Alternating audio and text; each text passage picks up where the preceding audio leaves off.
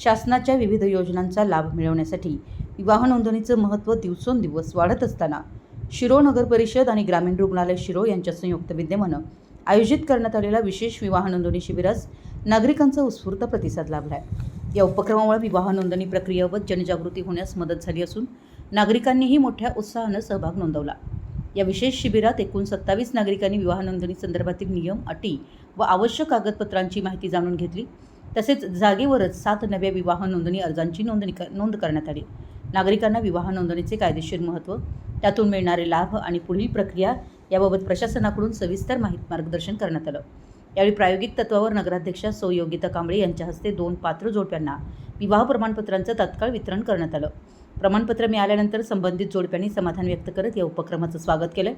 शिबिरादरम्यान आलेल्या अर्जांची व आवश्यक कागदपत्रांची कायदेशीर पडताळणी करून अर्ज स्वीकारण्यात आले।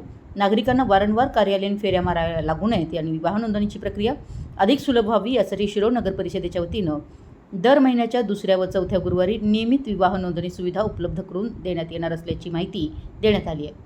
संबंधित दिवशी शासकीय सुट्टी असल्यास ही प्रक्रिया लगतच्या शुक्रवारी राबवण्यात येणार आहे। यावेळी उपनगराध्यक्ष पृथ्वीराज सिंह यादव यांनी नागरिकांना आवाहन करताना सांगितलं की विवाह नोंदणीमुळे विविध शासकीय योजना, कागदपत्र व कायदेशीर बाबींमध्ये मोठी सुविधा मिळते।